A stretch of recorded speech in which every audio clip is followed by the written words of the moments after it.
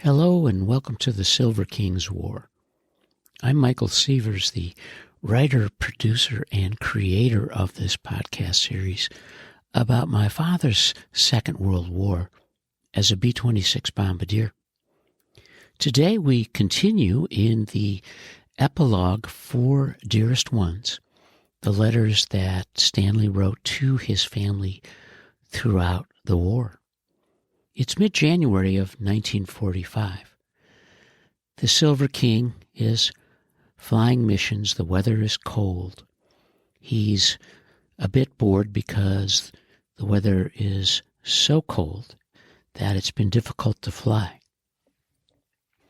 Stanley writes to his family for the 7th time in 13 days to begin the new year. It's January 13th of 1945. Dearest Ones, no mail tonight, much to my regret. I guess I can't be lucky every day, and there's always tomorrow to look forward to. I do hope you've heard from me by now. I did receive a letter from Bill tonight, and he's fine. He said that his group has made him lead navigator. It's a good job, but I don't envy him. Too much responsibility for me. He's also been very lucky gambling. So far, he has sent $2,200 home, which isn't bad at all. With his money and my brains, we might go into business after the war. After today, I am authorized to wear a ribbon on my blouse, for I have received the Air Medal. It didn't come because I'm a hero or have done anything extraordinary. It comes automatically after having flown 5 combat missions. About all it's good for is to show my children evidence of the effort in the war, and it will also add a little decoration to my blouse. I would send it to you, but I think it best if I bring it home myself. It might get lost en route. I spent the day reading a very good book, All This and Heaven Too by Rachel Field. One of the fellows brought it over with him. I've also read God is My Co-Pilot. Reading like this helps a great deal to pass the day. I hope you're well and not too lonesome. I'm fine and thinking of you constantly. Please keep writing, and I'll do the same. Love to Ida. I love you and miss you, Stan. As the king's son, I can tell you that Stanley never shared any evidence of his being in the war. We did build some model airplanes out of balsa wood. I can picture us at the kitchen table in the house in Northbrook in the 50s.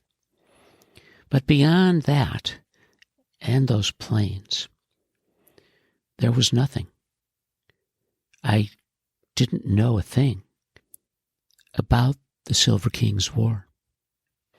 Throughout the years of work, following my dad's war, his writing and heroics, I've thought quite a bit about why he never shared anything, other than it was clear to me growing up and as a young man, and then one approaching middle age before the king died in 1990, that he was a very quiet man, self-effacing, very, very dignified, but not at all boastful. What I came to understand, of course, in this decade of work about him is that he saw his work as being a job that he had to do. He was trained for it. That didn't make him any different than any other warrior in the war, be he on the ground or in the air. Everyone had a job. And if he was successful and managed to make it home, he would move on from those years as best he could and become a citizen and a civilian again. As I think and write about the king in these years, I look upon his life with great admiration, really with a sense of awe for what he was able to accomplish, both as a warrior, a husband, a father, a businessman. But I also think that he never achieved the greatness in his life after the war that he felt in those intense days and nights of flying over Germany. The intensity of the king's war years, as I followed them through his writing, much of which was his day-to-day and not his hours in the air, were also revealed as my mother described them in the early years of their marriage as a severe form of post-traumatic stress disorder. Stan, like lots of men and women who came home from the war, had serious and sometimes debilitating nightmares. Of course, like the king, most men never received a diagnosis or a treatment for their struggles with post-war life. Stanley's mid-January letters to his family were written by candlelight, as he describes it. After a usual dull day, for which I'm thankful, I'm writing this by candlelight, and as I write, I am gently sipping gin mixed with grapefruit juice. My liquor ration has become exhausted, so I have had to resort to gin. It isn't too bad mixed with the juice. At least the taste is killed. We came by the juice in not exactly legitimate ways, but even with a guilty conscience, it tastes good. Our lights are out due to the heavy ice all about. Ice has become predominant since the cold spell, and it succeeded in breaking the wires. Consequently, no lights, and it's awfully quiet without the radio. However, I shan't complain. I do hope you're well and not too lonesome. I'm fine and thinking of you constantly. Keep those chins up and keep writing. Love to Ida. I love you and miss you, Stan. Reading that the Silver King was not a gin man always fascinates me because I am a very serious gin man in Portland. We live in a region and an age in North America when distilling spirits has become a great adventure as a producer and a consumer. At home, we might often say, let's Tanqueray tonight. For me, there's nothing like a serious martini. And in reserve, of course, for those dark, cold winter months, we'll drink blended scotch and single malts when we have the chance. I know the king would approve. Stanley's month really improved as he wrote to his family on January 18th, 1945. Dearest Ones, I can truthfully call this night as the one nearest perfect since being here. All total, I received 9 wonderful letters. Nothing could have made me feel as good as I do at this minute. Of the 9, 4 were from you, Mother dear, and 1 from you, Dad. Also 3 were from Leona and 1 from Arthur Phillips. Indeed, it is a gala evening. Stanley relates, of course, that much of the mail is old news because it's taking quite a while for it to make the trip from the States to the European continent and then on to A72. But he's also grateful for the most important news about how Margie's doing and that she's becoming a gorgeous child from all the family descriptions. The king continues to buck up his family as he writes, "I'm sorry you had such a lonely Xmas. I feel very confident that it will be the last one like that. I shall be home before very long, and I'm going to make sure we paint the town red, just as you promised." I spent a very quiet day, reading and sleeping. Tonight we had a USO show, which wasn't bad at all. There weren't any big names, but there were 7 women, and they had us all drooling. When I came back from the show, I found the mail. You can imagine how elated I was. The king continues to write his grateful thanks for all the packages that are coming from the family. People continue to send cigarettes and razor blades, soap and candy, lots of canned foods, all of which he's very grateful for. But he's in dire need of additional stationery and stamps because, of course, he's been writing almost every day when he can. And he continues to ask for his first lieutenant bars. Although his promotion is not official on paper, he's been told that it's about to happen and he's going to need those silver bars. Stanley relates another quiet day by the fire and says that it's terribly cold out and he doesn't relish the idea of going out to be in it. And he does feel for the guys fighting on the front lines. Each time I think about it, I'm more thankful to be in the Air Corps. Thank God the news continues to look good. I'm following every inch of the Russians' offensive and praying nothing will stop them.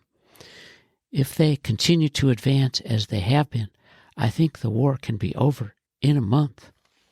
Stanley's optimism about the war spills into a letter that he wrote on January 28th of 1945.